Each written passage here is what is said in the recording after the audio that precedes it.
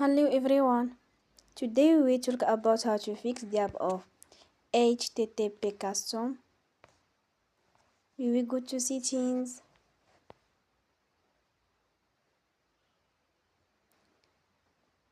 Then we click on apps.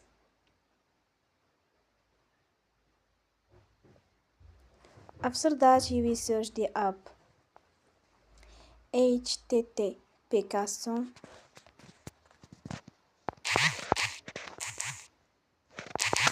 And you will click.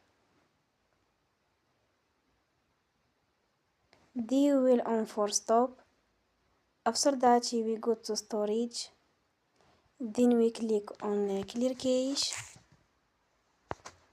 You will go to Play Store and you will update your app. Don't forget to support us by like and subscribe. See you next time and thank you.